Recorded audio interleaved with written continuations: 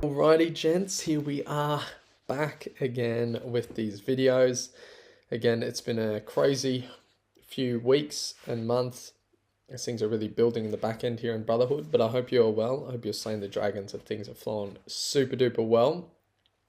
And yeah, great to be back on here and share my experience with the 3-month feminine cleanse. All right, this was obviously 3 months that I committed to for myself, and it came through a good friend of mine and some feedback because I was in the dating sphere and was starting to feel super scattered from many different dates and many different connections, and also the online dating, and really felt like I was starting to feel worse off. So really taking this time to come back into myself, and it was this beautiful challenge that a good friend of mine brought through, as I said, which was 3 months, no sex, no dating, refraining from flirting as much as possible, and yeah, keeping connections with the feminine light and polite, we can say.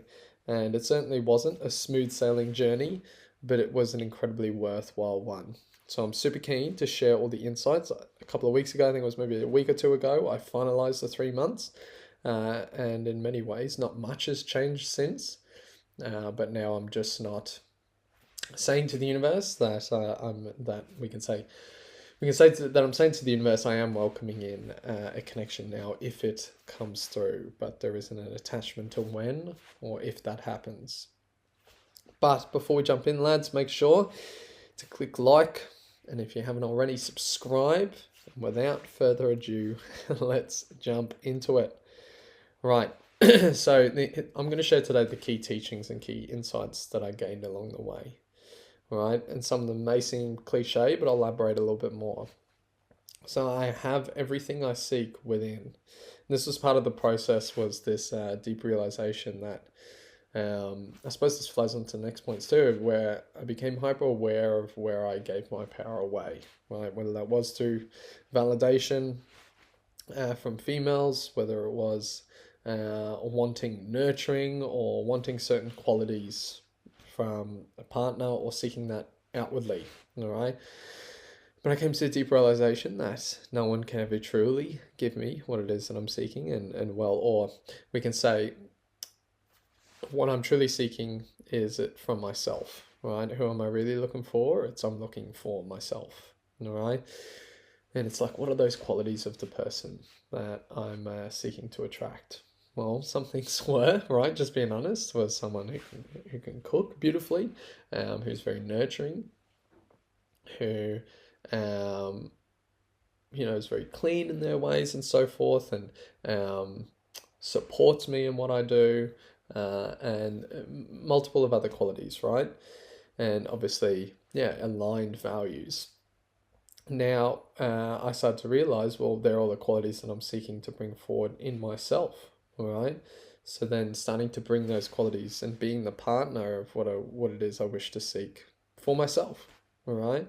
And taking those times to really, yeah, to really sit with those qualities and build them and nurture myself and support myself whilst marrying them with the fire needed at times as well. And then I come into a beautiful balance, all right? And the validation that I'm truly seeking, as I said, is myself, is my own ability to reassure myself, and deep realizations that, yeah, my inner child was after reassurance from myself, right? And starting to, yeah, it's like there's those attachment styles, right? And there's, anxious, avoidant, secure, and I suppose there's many ways in which I've been all of them. But really, as I become secure in myself, that's the attachment falls away, and it's just, oh, I feel secure in myself because I can give myself what it is that I need. And some of the questions have been for myself, it's like, what has been the biggest breakthrough insight I've received along the way? And I'd say the biggest one was where I gave my power away, right? And every time I would feel myself seeking something externally, not judging it, but just starting to bring that back in. And I've seen how that has just become second nature now in my reality after 3 months. I mean, it takes a considerable, at least 3 months for a new habit or a new way of thinking to really instill. And that doesn't mean that sometimes that pattern flows in. However, I now have the tools to be able to fully just bring that validation, that nurturing back in, uh, and reassure myself again that I do have everything I seek within. And what a powerful place to come from. It's I don't need something externally, but I do desire it and I do want it. Um, but knowing that, yeah, I am okay on my own. I am okay on my own. So, uh, then now flowing. So again, giving myself the nurturing and validation that I was seeking. Also, the realization that I wasn't fully clear on what I wanted in relationships. So reality began to reflect that back. All right. I had some beautiful connections, but I was very much just going off on the whim, and in many times it was going with the connections that were coming my way, and that is beautiful, an incredible experience. But I started to realize I wasn't being fully honest, and didn't fully solidify for myself what it is that I'm truly seeking in a relationship. And the more I've come to understand what that is, and the certain qualities and the non-negotiables for me in relationship, um, yeah, the greater clarity I'm bringing forward and realizing it's like, okay, where will that person be for me? Well, I just start loving myself first and foremost and bringing that relationship to myself, but also starting to put myself in environments where those sort of people would be, right? Again, without an attachment to an outcome. Now, actually, that's not written on here, but I would say there was always an attachment to some sort of outcome. And I think this 3 months is really a death of that, and really taking that time to be with myself and completely letting go of any outcome or when or if it ever happens, and coming to this deep place within myself where I reconcile that. And yeah, and again, that also comes back to look, however long it takes, or if it ever happens, I know what it is that I'm after. So the more clearer I can see that in reality and how I can attract that, because I start to be that for myself, right? Hope this is all making sense, but I've no doubt it is. And again, yeah, as I said before, I realized I am okay on my own, and I really do enjoy my own company. That doesn't mean there's sometimes too where, and there has been periods throughout that time where there's been a real deep desire for the partnership, and a sense of feeling loneliness or those deeper emotions, right? But just allowing myself to sit in those and regulate myself, right? And then these are all incredible tools that will bring forth and serve me well when a beautiful relationship does come along. But also really starting to, yeah, build that deeper and more intimate relationship with myself, right? And for men, these can be taboo topics, but they're incredibly important because self regulation is incredibly key for any high performing man. Because there's going to be challenging times, there's going to be up and downs. I know the last three months, but even probably last year has been extremely challenging, but also has provided immense amount of growth, some immense wins. Um, but with that comes the need to regulate, because there's new boss battles, there's new dragons that come through, and the more I can regulate my emotions, and regulate my nervous system, the more I'm able to move more into a parasympathetic state, allow my body to rest and digest, recuperate, and start to respond rather than react from a place of fear. Alrighty, now I had also a deep realization that I had disowned parts of myself, right? And it actually came through. So, 4 or 5 years ago, maybe even longer, I had a deep passion for photography and those creative parts of myself. And there was many ways in which I had integrated and expressed creative parts of myself.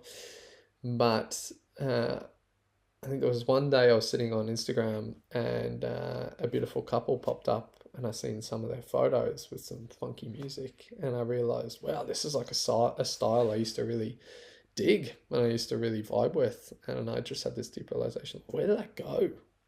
Like, where did that go?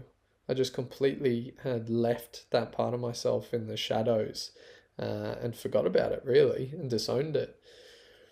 And this incredible creative side and insight has really come back, and I had this deep inspiration to bring that back. And I realized how much I loved it and how good at it I am, and how much it is a natural hobby for me. And that has been incredibly beautiful. These new creative pursuits and expressions coming through, uh, and that doesn't hinder the drive and the passion and the strength that I have, but it actually enhances it. And it also is an incredibly one of my best qualities. And funnily enough, women do find the kind of artistic side of men extremely attractive as well. And I realized I had disowned that part of myself. But I'm not doing it for that sake. I'm doing that because it is an authentic part of who I am and something that I genuinely do love. And integrating that back in, and I've been committed to integrating that back in, whether that was just through little expressions of photography or some cool little posts, or just having fun with it and bringing back that childlike joy. And yeah, and also deeply connecting to whether that was, yeah, like dancing with music and finding new vibes and new interests in myself and new um yeah, styles, or really deeply realizing too my love for fashion and looking good, and that being the more feminine part of myself. Again, there's nothing wrong with that. It's beautiful. Uh, Married with my love for mission and discipline and working out. And these make you into a multifaceted individual. So yeah, I started to become extremely intimate with parts of myself that I'd felt I'd disowned, and integrating those back in. Also, one of the deepest insight I had was realizing I actually didn't know what it meant to have a healthy connection to my sexual energy. And I have had some deep explorations with Tantra and understanding that at a greater extent. I'm most certainly still very early on in that journey, but it's opened up this whole new understanding of, yeah, what does that mean for me? Because I could see ways in where the education growing up was with porn, these other, you know, modalities we can say, or not necessarily the healthiest form of education, and not really taking the time myself to delve into what that means to me. So starting to really explore that area. And as I said, I feel that's a lifelong journey and something I'm still very early on in, but I'm starting to connect with it deeper and, taking my time with myself, and not again, not being attached to an outcome and everything being so fast, right? And starting to slow down and flow a bit within those regards without giving too much information. But that has been incredibly crucial and incredibly healing. Also, then flowing down to acknowledging my emotions freely. And this is incredibly crucial because emotions is energy in motion. Now, there's a difference between, attaching to the story with the emotions, but also giving myself that space to just allow the emotions to move through, right? Acknowledge, discern, allow, give, and then receive new energy. And then I start to become a clear channel and I feel connected to myself and the highest of self, whatever that means for us, right? But that has been incredibly powerful, and realizing ways, even with the online dating, when I would feel uncomfortable or so forth, how I used to jump on there to get that hit, right? That hit of dopamine, that hit of validation. And there was ways in which, yeah, I was suppressing my emotions or trying to run away from them. And again, seeking that externally to rectify what I was feeling, but creating that space for myself to just really feel and allow the energy to move through, and it brings you back into your body, because as men, one of our greatest superpowers is our mind and our problem solving ability, but we can also live very high up here, and starting to move down and starting to, yes, be in our body, and brings a deeper presence and a deeper awareness of what is it that we're feeling and what is true for us in the moment. And then from there we can start to connect to our inner compass and our intuition, which from there we can utilize to have extreme clarity on what the next action is for us, right? And this also then ties back to looking after your nervous system and so forth, which also has been an incredible tool in understanding the parasympathetic nervous system and utilizing different self-care techniques and recovery to bring myself into a place of homeostasis, So even if a challenge arises, I know if I'm starting to feel a lot of fear, it's time to move back into the parasympathetic. Because then in a place of fear, I don't have all the variables because the brain is just focusing on survival. Right? But then as I move into the parasympathetic, I can see far more, right? Because I'm not reacting out of a fearful state. And I'm able to, okay, just take my time here and work smart, not hard, all right? And utilize my energy to its best ability, right? And that also flows down to, for now, online dating isn't for me, social events are, right? Again, there's nothing wrong with online dating. I just know it's just not for me. It ended up scattering my focus so much, and there was ways in which I was starting to get addicted to it and so forth.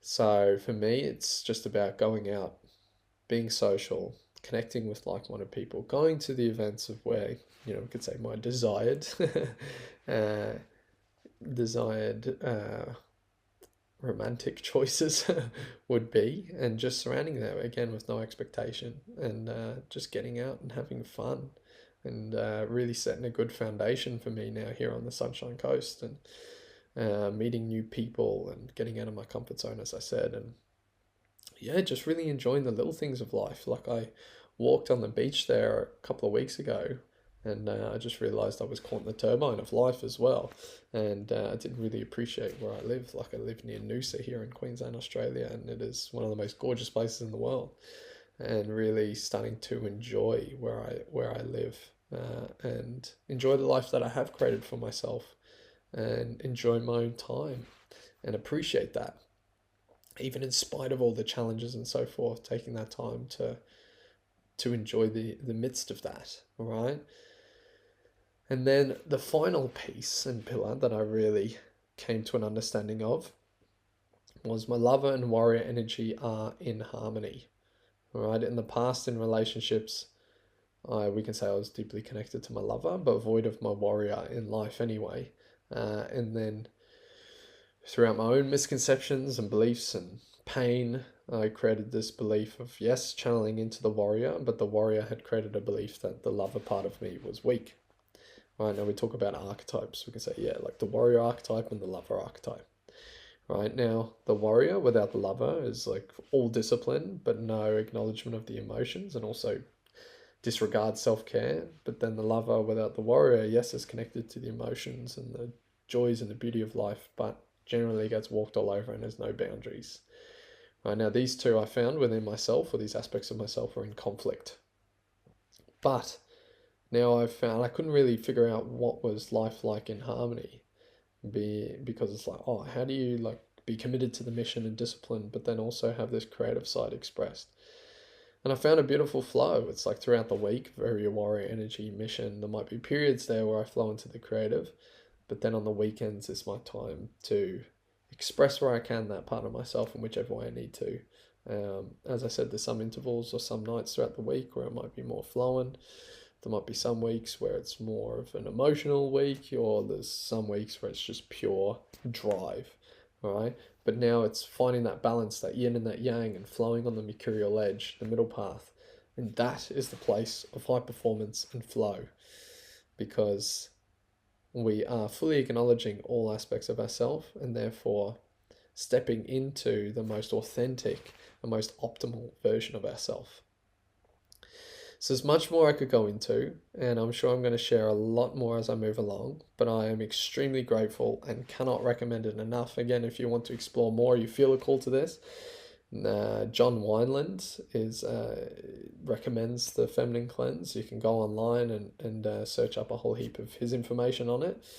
And again, I cannot recommend it enough for any single man who is really wanting to explore this connection to themselves and create that deeper connection and security in oneself before now moving forward, attracting the relationship of what it is that you seek. So if you are also keen to join in on our community, the Brotherhood Academy, please click the link below. This is for the high performers, the driven men, the men who are committed to this path, working on themselves, growing, and want those team of brothers around. There is a 7-day free trial below. Click on that. Jump in. We'd love to have you in there. But other than that, hope you have an amazing week. Let me know what insights you gain from here. I would love to hear. And as always, the mission beckons, the mission calls. Let's fucking go.